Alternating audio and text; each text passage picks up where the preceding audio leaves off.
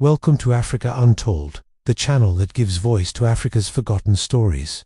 Today, we break the silence on Congo. 30 years of war, 30 years of silence. What if the silence surrounding Africa's deadliest conflict is not accidental but deliberate? For 3 decades, the Democratic Republic of Congo has been plunged into a brutal, unending war, claiming millions of lives. Yet the world barely whispers its name. Today, we break that silence. We'll expose the hidden history, the external forces, and the uncomfortable truth behind the conflict that continues to tear the heart of Africa apart. This isn't just news. It's a forgotten tragedy demanding to be heard. Prepare to have your perceptions shattered. Before we delve into the depths of Congo's enduring crisis, let's momentarily shift our focus to the vibrant energy and cultural richness known as the Congo River. With a length of approximately 4,700 kilometers, it is the second longest river in Africa, surpassed only by the mighty Nile. The Congo River holds immense significance, not only for the Democratic Republic of the Congo, but for the entire region. It plays a vital role in shaping the landscape and economy of Central Africa. Additionally, it serves as a lifeline for transportation and trade, connecting communities and facilitating the movement of goods and services. The river basin is home to a diverse range of flora and fauna, including numerous endemic species found nowhere else in the world. The Congo rainforest, the second largest tropical rainforest globally, is renowned for its biodiversity and plays a crucial role in regulating the global climate. The Congo River Basin supports a significant population of gorillas, chimpanzees, elephants, and various other wildlife species, making it a key conservation area for biodiversity. The significance of the Congo River extends beyond its environmental importance. It holds cultural and historical value for the indigenous communities that have thrived along its banks for centuries. The river's immense size and natural wonders have inspired awe and wonder, earning it the title of the Heart of Africa. Its presence has shaped the region's history, influenced local cultures, and provided sustenance and resources for generations. As we move forward, let's explore the stories of the people who call the Congo River Basin their home. In 1994, the world watched in horror as a horrifying genocide unfolded in Rwanda. Over a span of 100 days, an estimated 800,000 people, primarily Tutsis and moderate Hutus, were systematically massacred.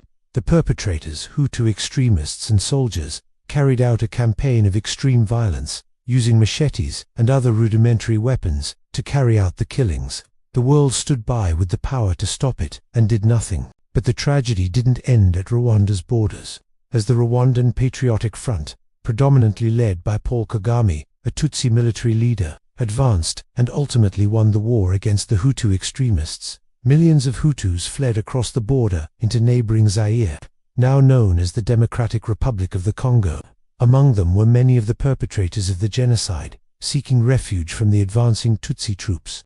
These refugees created sprawling camps in eastern Congo, which soon transformed into something more sinister. They turned into military bases for the very forces responsible for the genocide. Perpetrators found themselves alongside victims, perpetuating a cycle of fear and mistrust among the local population. This influx of Hutus destabilized the already volatile region of eastern Congo. Former Hutu soldiers and militias based in the camps launched cross-border attacks back into Rwanda, creating a constant threat and prompting Rwanda to seek a solution. In the face of these challenges, Rwanda found support in Uganda. Together with Rwanda, Haye covertly backed a rebellion within the Democratic Republic of the Congo, led by Laurent Desire Kabila, a longtime opponent of Zairean dictator Mobutu. This marked the beginning of the First Congo War, a conflict far from being a straightforward civil war. In essence, the First Congo War can be seen as a complex mix of internal Congolese grievances and external manipulations. While Kabila successfully ousted Mobutu and seized power, his relationship with his Rwandan and Ugandan allies quickly deteriorated. He soon realized that to solidify his control over Congo, he needed to distance himself from his foreign backers. In 1998, Kabila ordered all foreign troops to leave the DRC, including those of Rwanda and Uganda. This ultimatum ignited the Second Congo War, drawing in more countries and armed groups. Within months, it became the biggest war in Africa since World War II.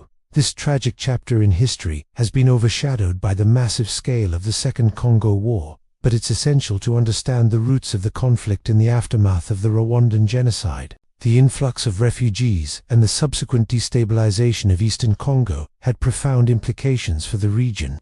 The unfolding events would lay the foundation for a much larger and more devastating conflict that would engulf the country.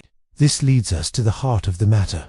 Why has this catastrophe been erased from our collective consciousness? As the world grappled with the aftermath of the Rwandan genocide, the international community made every effort to bring the perpetrators to justice and ensure such atrocities never repeated themselves. However, the complexities of the situation extended beyond punishing those directly involved. The underlying issues that contributed to the genocide remained largely unaddressed. One of the most significant reasons for the inadequate response to the aftermath of the genocide was the failure to address the root causes of the conflict.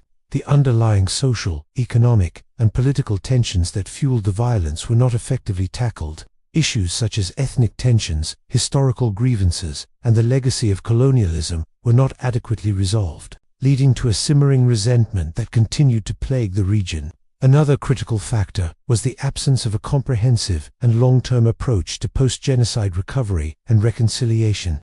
The international community often focused on short-term interventions rather than investing in sustainable solutions that could address the deep-seated issues that plagued the region. This lack of a holistic strategy hindered the healing process and allowed the wounds of the genocide to fester.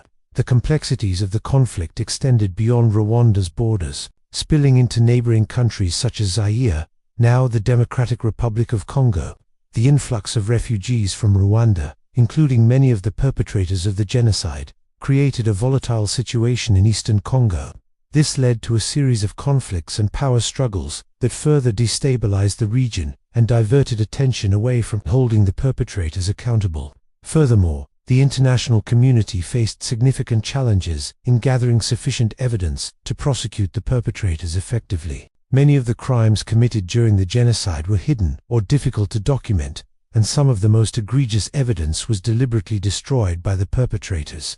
This lack of tangible proof complicated efforts to hold those responsible to justice. Despite these challenges, it is crucial to acknowledge the progress that has been made in seeking justice for the victims of the genocide.